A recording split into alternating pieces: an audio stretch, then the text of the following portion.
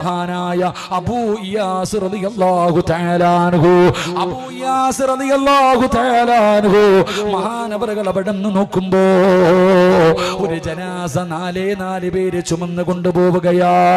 മരിച്ചുപോയ ഒരു ചെറുപ്പക്കാരന്റെ ജനാസയുണ്ടല്ലോ, നാല് പേര് ചുമന്നു കൊണ്ടുപോവുകയാണ്. മഹാനായ ഇയാസ് തങ്ങൾക്ക് വല്ലാത്ത അത്ഭുതമായി. മയ്യത്ത് ചുമക്കാൻ പോലും ആരുമില്ലല്ലോ തമ്പുരാന്. 4 പേര് ജനാസ ചുമന്നു കൊണ്ടുപോവുകയാണ്. 5ാമനായിട്ട് ഇയാസ് തങ്ങളും കൂടുകയാണ്. അവിടെ നിന്ന് കൊണ്ടുപോയി മയ്യത്ത് നമസ്കാരം കഴിഞ്ഞു. അതാ മയ്യത്ത് കബറടക്കി.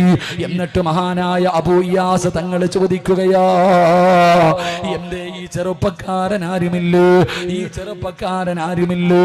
അവര് പറയുന്നു, തങ്ങളെ ഒരു ഉമ്മ മാത്രമേ ഉള്ളൂ, ഒരു ഉമ്മ മാത്രമേ ഉള്ളൂ. ഞങ്ങള് 4 പേരും ആ ചെറുപ്പക്കാരന്റെ കുടുംബക്കാരല്ല. ആ ഉമ്മ ഞങ്ങൾക്ക് പൈസ തന്നിട്ടാ ഞങ്ങളെ കൊണ്ട് ഇത് ചെയ്യിപ്പിക്കുന്നത്.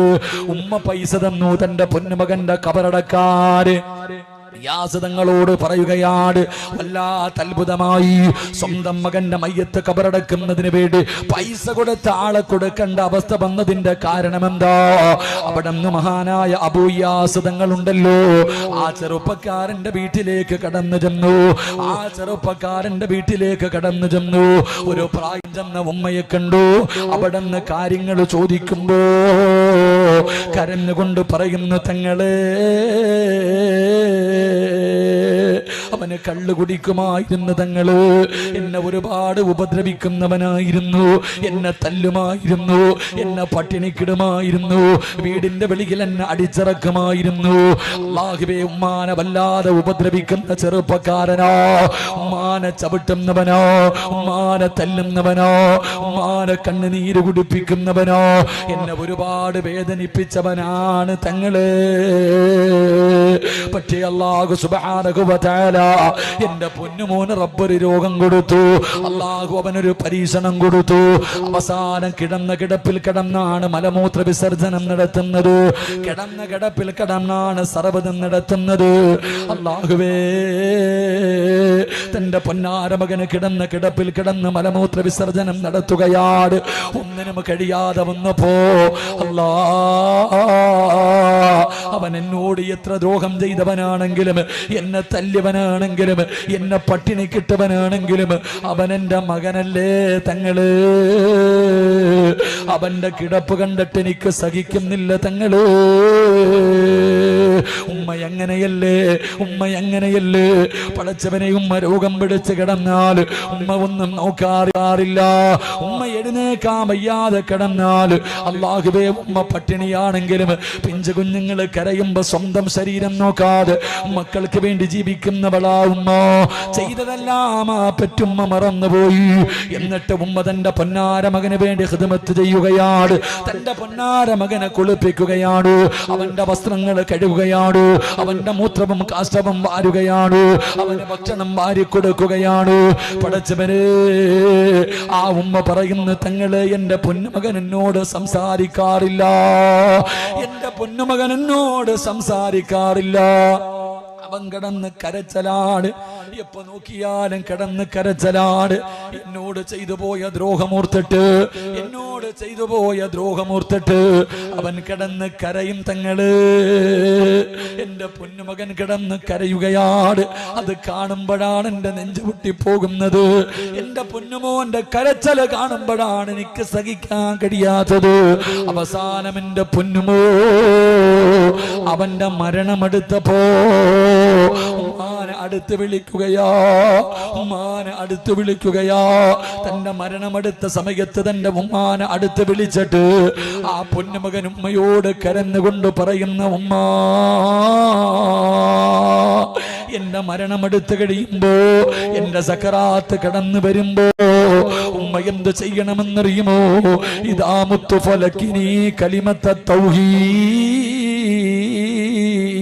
യുരീദ് ഉമ്മയുടെ നാവ് കൊണ്ട് എനിക്ക് ലാ ഇലാഹ ഇല്ലല്ലാഹ് പറഞ്ഞു തരടേ.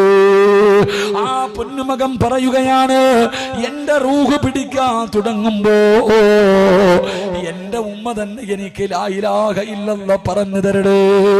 കാരണം എനിക്ക് പറയാൻ പറ്റൂല, എനിക്കത് പറയാൻ കഴിയൂല.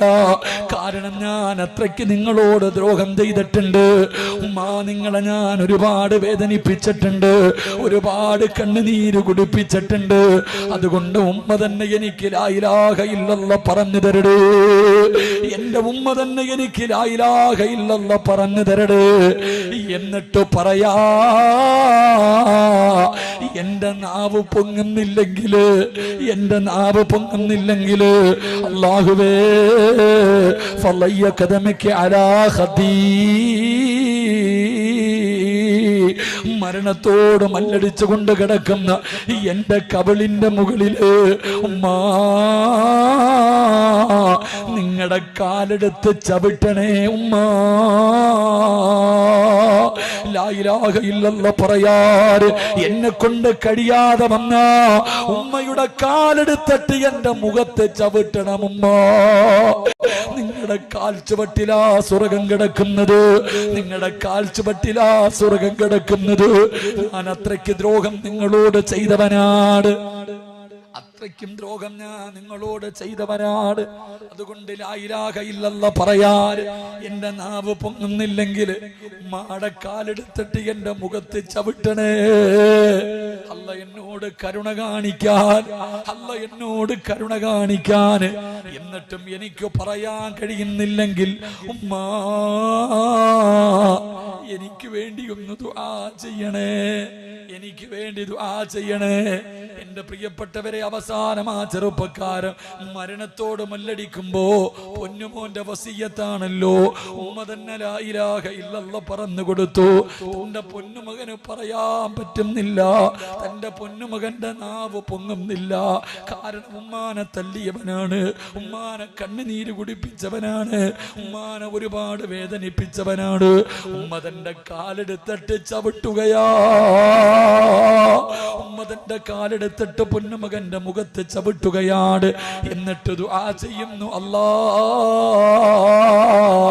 എന്റെ പൊന്നുമോര് എന്നോട് ചെയ്തത് മുഴുവനും ഞാൻ പൊരുത്തപ്പെട്ടു കൊടുത്തിരിക്കുന്നു തമ്പുരാനെ. നീ കൂടെ പുറത്തു കൊടുക്കണേ അല്ലാ, നീ കൂടെ പുറത്തു കൊടുക്കണേ അല്ലാ. എന്റെ പൊന്നുമോന് ലാ ഇലാഹ ഇല്ലല്ലാഹ് പറയാ നീ ഭാഗ്യം കൊടുക്കണേ അല്ലാ. എന്റെ പൊന്നുമകൻ ഇങ്ങനെയാണ് മരിച്ചുപോയത്. അവിടെ തങ്ങളോട് പറഞ്ഞു കൊടുക്കുമ്പോ പരിശുദ്ധമായ റമദാനിൽ പോലെ ഉമ്മാനെ ചീത്ത വിളിക്കുന്ന മക്കള്, ഉമ്മാടോട് കയർത്ത് സംസാരിക്കുന്ന ചെറുപ്പക്കാരാ, വേണ്ടടാ. നിനക്ക് കയർക്കണമെങ്കില്, നിനക്ക് ഭരണം നടത്തണമെങ്കില് നിന്റെ മക്കളുണ്ടല്ലോ, നിന്റെ ഭാര്യയുണ്ടല്ലോ, അവരുടെ മുന്നിൽ പോയി നീ ഭരണം നടത്തു. അല്ലാതെ നീ എത്ര വലിയ എത്ര ഉയരങ്ങളിലെത്തിയാൽ ഉമ്മാനെ ഭരിക്കാ, വാപ്പാനെ ഭരിക്കാൻ നീ വളർന്നിട്ടില്ല. അതുകൊണ്ട് നിങ്ങള് ഉമ്മാടെ മുന്നിൽ നിന്റെ